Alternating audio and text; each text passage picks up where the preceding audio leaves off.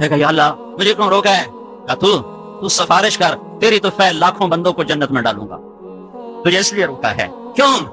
تہجد، علم، تبلیغ، جہاد، تصوف، ذکر، تلاوت، اسرار شریعت، رموز شریعت، نہیں نہیں نہیں، کیا کیا؟ صرف ماں کی خدمت، صرف ماں کی خدمت۔ وہی ماں جو جنگ میں رلتی پھرتی ہے، وہی باپ جو چھپتے پھرتے ہیں کہ پتر کے نہیں وڑ نہ لگے۔ میرے نبی سے پوچھا گیا یا رسول اللہ قیامت کب آئے گی؟ کہ یہ اللہ کو پتا ہے۔ کہ کوئی نشانی تو بتائیں۔ کہ جب ماں کو ذلیل کیا جائے گا تو قیامت آ جائے۔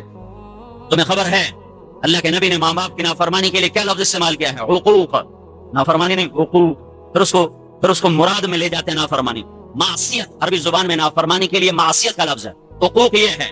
یہ دیکھ رہے ہو میں کیسے پرزے پرزے کر رہا ہوں، یہ اس ٹیشو پیپر کو تمہارے سامنے ہو رہا ہے اور یہ بکھر گیا، اس کا مطلب ہے عقوق، کسی چیز کا ٹکڑے ٹکڑے ہو کے بکھر جانا۔ جو ماں باپ کو نافرمان ہے اس کی دنیا، اس کا دین ایسے ٹکڑے ٹکڑے ہو جائے گا کہ نہ یہ جہان بن سکے گا نہ وہ جہان بن سکے گا۔ ہاں بھائی، اور بھی دکھ ہیں زمانے میں محبت کے سوا، راحتیں اور بھی ہیں وصل کی راحت کے سوا۔ سب مال بنانا ہی کوئی بڑا کام نہیں ہے، بڑے افسروں سے تعلق بنانا ہی کوئی بڑا کام نہیں ہے، دنیا میں نام کمانا یہ کوئی منزل نہیں ہے۔ اللہ کا راضی ہو جانا، لیتک تحلو والایام مریرۃ ولیتک ترضی والانام غضاب۔ اللہ کو راضی کر لو، اس کی رضا محمد مصطفیٰ صلی اللہ تعالی علیہ وسلم کا پاکیزہ طریقہ ہے، مبارک طریقہ ہے، اسی کی راہوں پہ چلو گے تو جنت تک رسائی ہے۔ اللہ دنیا بھی دے گا، اللہ عقبہ بھی بنائے گا، یہ جہان بھی بنائے گا، وہ جہان بھی بنائے گا۔ حرام سے نکلو، جھوٹ سے نکلو، شراب سے نکلو، ناچ گانے کی محفلوں سے نکلو، زنا سے نکلو۔ پوچھا گیا زلزلے کیوں آتے ہیں تو ارشاد فرمایا جب موسیقی کی محفلیں برسر عام ہوتی ہیں، جب شراب کی دعوت سر عام چلتی ہے، جب زنا کو بغیرتی کے ساتھ کیا جاتا ہے تو اللہ کو غیرت آتی ہے، گدا ہلا دیا جائے زمین کو۔ میرے بھائیو، مشکل دور میں امت چل رہی ہے، انتہائی خوفناک وقت چل رہا ہے۔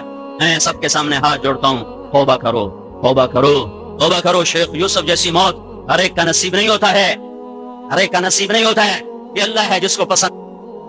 غصے والا تو میں نے نبی میں بنا چھڑے، کہ میری پسند ہے، کہ میری پسند ہے، کہ میں نے تمہیں چاہا۔ تو میرے بھائیو، اللہ اس کے رسول کو راضی کرو مرنے سے پہلے پہلے۔ جتنے گناہوں میں ہم ہیں یہ بڑے چھوٹے چھوٹے گناہ ہیں، ان گناہوں کی کوئی حیثیت نہیں ہے اس کی رحمت کے سامنے۔ ترمذی کی ایک روایت میں سناؤں، کفل ایک نوجوان ہے بنی اسرائیل کا، بہت مالدار ہے، شیخ یوسف کے بچوں کی طرح، اللہ نے بہت رزق دیا ہے، دولت ہے، لیکن غلط جگہ لگ رہی۔ ہر رات اس کی غفلت، ہر رات اس کی غفلت۔ ایک رات ایک لڑکی کو 60 دینار کے بدلے لے کر آیا۔ 60 دینار ہمارا پاکستان کا 6 لاکھ روپیہ بنتا ہے۔ ایک رات کے لیے 6 لاکھ خرچ کر کے ایک لڑکی کو لے کر آیا۔ جب کمرے میں اس کے ساتھ تنہا ہوا تو دیکھا وہ لڑکی رو رہی ہے۔ تو اس نے پوچھا کیوں رو رہی ہو؟ تو اس نے کہا میں پیشہ ور عورت نہیں، میں عزت دار ہوں، مجھے بھوک نے یہاں تک پہنچایا ہے، میں بھوک کی وجہ سے یہاں تک پہنچی ہوں۔ تو وہ رونے لگا اور اس نے کہا کہ میں بہت گندا انسان ہوں، میں توبہ کرتا ہوں، تو میرے لیے اللہ سے دعا کر کہ اللہ تعالیٰ مجھے معاف کر دے۔ وہ لڑکی گھر گئی، ویسے اسی کو ہے با، وہ لڑکی گھر گئی، پیچھے کفل کا انتقال ہو، اسے نہیں پتا میری آخری رات، وہ مر گیا۔ اب اگلے دن یہ خطرہ تھا لوگ اس کا جنازہ نہیں پڑھیں گے، لوگ اس کو غسل کفن نہیں دیں گے، تو اللہ تعالیٰ صدقے جاؤں اس نے نظام بدل دیا۔ صبح جب ہوئی تو لوگوں نے اس کے گھر کی دیوار پہ لکھا ہوا دیکھا ان اللہ قد غفر للکفل، اللہ نے کفل کو معاف کر دیا ہے، اٹھو جنازہ پڑھو، اٹھو غسل دو، اللہ معاف کر چکا ہے۔ تو میرے آپ کے گناہوں کی کوئی حیثیت نہیں اس کی رحمت کے سامنے، ہم توبہ کرنے والے بنے، معاف کرنے میں بہت زبردست ہے۔ اس کا خود فرمان ہے من تقرب الی تلقیتہ من بعید، جو توبہ کر کے میری طرف آتا ہے میں آگے بڑھ کر اس کا استقبال کرتا ہوں۔ اور یہ کیا عجب بات ہے، کسی کو منانے جاؤ تو وہ تمہارا استقبال کرے، یا تمہیں کتنی سنائے گا، پھر تم معافی مانگو گے، وہ پھر سنائے گا، پھر معافی مانگو گے، پھر سنائے گا، پھر کہیں جا کے معاف کرے گا۔ تمہارا رب کہتا ہے جو مجھے منانے آتا ہے میں آگے بڑھ کر اس کا استقبال کرتا ہوں۔ سبحان اللہ، ناراض کو منانے جا رہا ہوں وہ آگے استقبال کے لیے کھڑا ہے، یہ صرف اللہ ہے، اللہ۔ اور سنو، جب تم توبہ پہ پکے ہو جاتے ہو تو پھر میں کہتا ہوں جتنی زندگی میں گناہ کیے تھے معاف تو پہلے کر دیے تھے، اب ہر گناہ کے بدلے میں نیکیاں لکھ دو، ایڈی لوٹی کی تھوپونی ہے۔ فَأُولَئِكَ يُبَدِّلُ اللَّهُ سَيِّئَاتِهِمْ حَسَنَاتٍ وَكَانَ اللَّهُ غَفُورًا رَحِيمًا۔ تو میرے بھائیوں ہم سب توبہ کریں. اللہ کے ایک احسان کا بدلہ نہیں دیا جا سکتا. تو اس کے تو بارش کے قطروں کی طرح احسانات ہیں ہمارے اوپر, اور معاف کرنے میں کتنی جلدی کرتا ہے. بارش نہیں ہو رہی, موسیٰ علیہ السلام نے بندوں کو لے کر نماز پڑھی, یا اللہ بارش دے. اللہ نے دھوپ اور تیز کر دی. موسیٰ علیہ السلام نے کہا یا اللہ ہم نے دعا مانگی, بارش کی, تو نے دھوپ تیز کر دی. تو اللہ تعالیٰ نے کہا اس مجمع میں ایک شخص ہے, پچھلے 40 سال سے میرا نافرمان ہے, جب تک وہ اس مجمع سے نکل نہیں جاتا میں معاف نہیں کروں گا اور میں بارش نہیں کروں گا. موسیٰ علیہ السلام نے اعلان کیا کہ کوئی ایسا شخص ہے تو نکل جاؤ. اس نے یوں دیکھا پھر یوں دیکھا, کوئی نہیں نکلا. تو کہنے لگا یا اللہ اب اگر میں باہر نکلوں تو ذلیل ہو جاؤں, اور کھڑا رہوں تو بارش نہیں ہوتی, مہربانی کر میرے پردے رکھ. آج تک لوگ آیا آج بھی کاجل ہے, اگے بھی کجی آئی آج بھی کاجل ہے. تو اب یہ جو اس نے توبہ کیا نا, میری بات پہ غور کرو, یہ توبہ اللہ کی محبت میں نہیں ہے, اپنی عزت بچانے کے لیے. مطلب میں 2 نمبر جی توبہ اے اللہ میرے کا کھرا کھرا مینوں کج مینوں بیزتیاں نہ کر. یہ 2 نمبری توبہ پر بھی اللہ نے کیا کیا, ایک دم گھٹا چھائی اور بادل برسا. موسیٰ علیہ السلام کہنے لگے یا اللہ بارش کیسے ہوگی, بندہ تو ایک بھی نہیں نکلا. تو اللہ تعالیٰ نے فرمایا جس کی وجہ سے روکی تھی اسی کی تو فعل کر. 40 سال کی دشمنی اتنی جلدی دوستی میں بدل سکتی. سگے بھائیوں میں تو تکرار ہو جائے تو 16 سال سلام نہیں کرتا, تو میں نے آیا کیا بس اسالی کا شیخ چھڑیا ہے. تو میرا اللہ 40 سال کی نافرمانی کو ایک بول پر اللہم انی عصیتک 40 سنۃ فامہلتنی فجئتک تائبا فاقبلنی, 3 سیکنڈ میں نے یہ جملہ بول دیا ہے. اور اللہ تعالیٰ 40 سال کی نافرمانی کو 4 سیکنڈ کے بول پر یوں مٹایا کہ کہا کیا کہا کہ جس کی وجہ سے روکی تھی اسی کی وجہ سے کر دی. تو موسیٰ علیہ السلام نے کہا یا اللہ وہ کیوں؟ تو اللہ تعالیٰ نے کہا اس نے توبہ کر لی, ہم نے صلح کر لی, گالی مک گئی. اتنی جلدی کوئی صلح کرتا ہے؟ اتنی جلدی کوئی صلح کرتا ہے؟ اس نے توبہ کی, ہم نے صلح کی. تو موسیٰ کہنے لگے یا اللہ کون ہے؟ سبحان اللہ. تو اللہ تعالیٰ نے کہا سارے جان سے کہتا ہوں چغلی نہ کھاؤ, تو میں اس کی چغلی کھاؤں. اور جب وہ میرا نافرمان تھا تو میں نے کسی کو نہیں بتایا, اب تو میرا یار بن گیا ہے, اب میں کیسے بتاؤں, یہ تو پردہ ہی میں نے رکھنا ہے, کج کے رکھنا ہی میری شان ہے. تو بندے جڑے اولے لائی ودے ہوندے, دور بھی نہ لائی ودے ہوندے, فلانا کی کیتی جاندا, فلانا کی کیتی جاندا, مگر لگے ودے ہوندے جی میں ساری جنت لبنی سے پاسوں. او بھائی دھن رے دھنی اپنی دھن, پرائی دھنی کا پاپ نہ کن, تیری روئی میں 4 بنولے سب سے پہلے ان کو چن. تو میرے بھائیوں نماز کا وقت تنگ ہو رہا ہے, نکلنا بھی ہے. میں آپ سب سے درخواست کرتا ہوں توبہ کرو, میرے رب کے دربار میں جھکو. ہم جن حالات سے گزر رہے ہیں اللہ کے بغیر کوئی اس وقت کام آنے والا نہیں, اور اللہ کا نظام توبہ کے ساتھ حرکت میں آتا ہے. توبہ پر اللہ کا رجوع نصیب ہوتا, اور تبلیغ میں نکلو, اللہ کی راہوں میں تبلیغ میں جاؤ. یہ اس وقت نجات کا راستہ ہے, اور اللہ کے غصے کو رحمت میں بدلنے کا سبب ہے. یہ کوئی جماعت نہیں, یہ کوئی فرقہ نہیں, یہ پوری امت پر فریضہ ہے کہ دین پر چلو اور دین کو پھیلاؤ. اپنی جان مال کے ساتھ پھرو اگرچہ بت ہیں جماعت کی آستینوں میں, مجھے ہے حکم اذان لا الہ الا اللہ. اس امت کو ختم نبوت کی وجہ سے پوری دنیا کے انسانوں تک اپنا پیغام پہنچانے, اللہ کا پیغام پہنچانے کا فریضہ ملا ہے. ہماری حاجت ہے, میری حاجت ہے. بھائیو جاؤ پھرو, لوگوں کے دروازوں پر دستک دو, ان کی منت کرو. بڑے ہیرے چھپے ہوئے ہیں, تمہیں دیکھنے میں نظر آئے گا. ایک آدمی ہر نافرمانی میں مبتلا ہے, اس پر محنت کرو تو تمہیں ایسا چمک کے دکھائے گا کہ ہیرے کی مان بھی اس کے سامنے, ہیرے کی چمک بھی اس کے سامنے ماند پڑ جائے گی. کسی کو حقیر نہ سمجھو, کسی مسلمان کو حقیر نہ سمجھو, کسی مسلمان کو حقیر نہ سمجھو. پتہ نہیں کون سی ادا میرے مالک کو پسند آ جائے. اپنے عیب دیکھو, اوروں کی خوبیاں دیکھو, کبائر سے توبہ کرو, اللہ کے دربار میں جھکو. یہ بہت بڑا مجمع آیا ہوا ہے, چھٹیاں بھی ہونے والی ہیں, سب تبلیغ میں جاؤ. اس وقت امت کا یہ واحد علاج بتا رہا ہوں, واحد علاج کہ جو آدمی دین پہ آنا نہیں چاہتا اس کے لیے کیا کیا جائے. مسجد میں بھی نہیں آتا, مدرسے بھی نہیں جاتا, وہ کسی خانقاہ میں بھی نہیں جاتا. اب اس کا کیا کیا جائے؟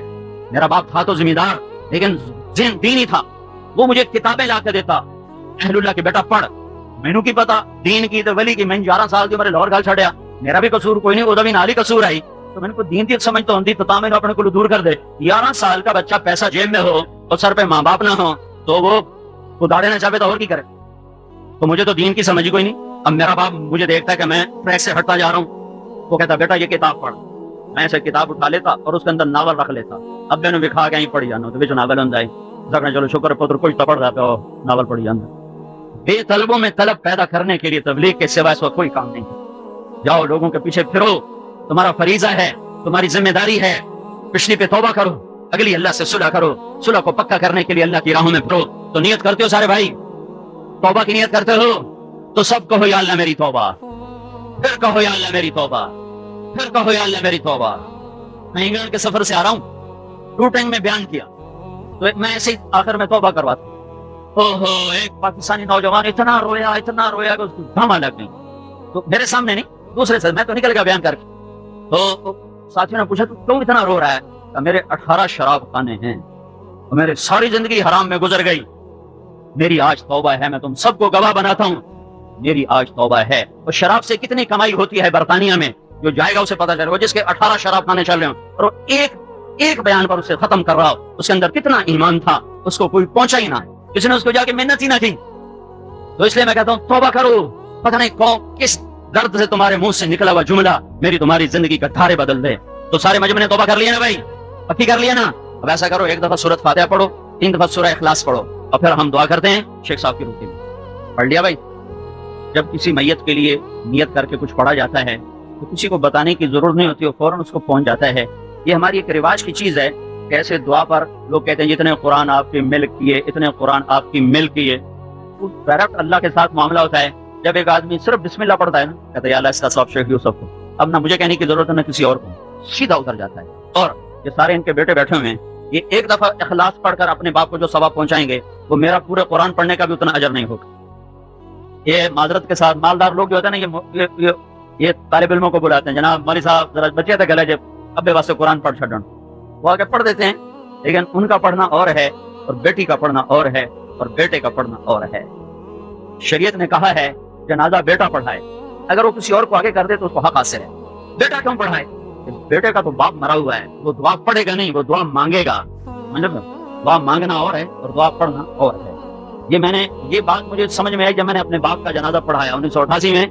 تو پہلے بھی جنازے پڑھائے, بعد میں بھی پڑھایا, پڑھانے کا موقع مل رہا ہے. لیکن جب میں نے اپنے باپ کا جنازہ پڑھایا تو مجھے محسوس ہوا تھوڑی دیر کے بعد کہ میں دعا پڑھ نہیں رہا, میں مانگ رہا ہوں. گرمی تھی, میرا جی چاہتا تھا کہ میں گھنٹہ دعا ہی مانگتا رہوں.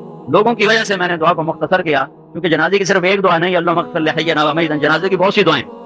تو مجمع کی تقریب سے بچانے کے لیے میں نے اس کو مختصر کیا. لیکن بطور بیٹے کہ میرا جی چاہتا تھا کہ آج جتنی دعائیں مجھے یاد ہیں میں اپنے باپ کے لیے پڑھ دوں. مجھے اس دن یہ فلسفہ سمجھ میں آیا کہ بیٹا کیوں پڑھائے, کوئی بیٹے کا تو باپ مرا ہوا ہے.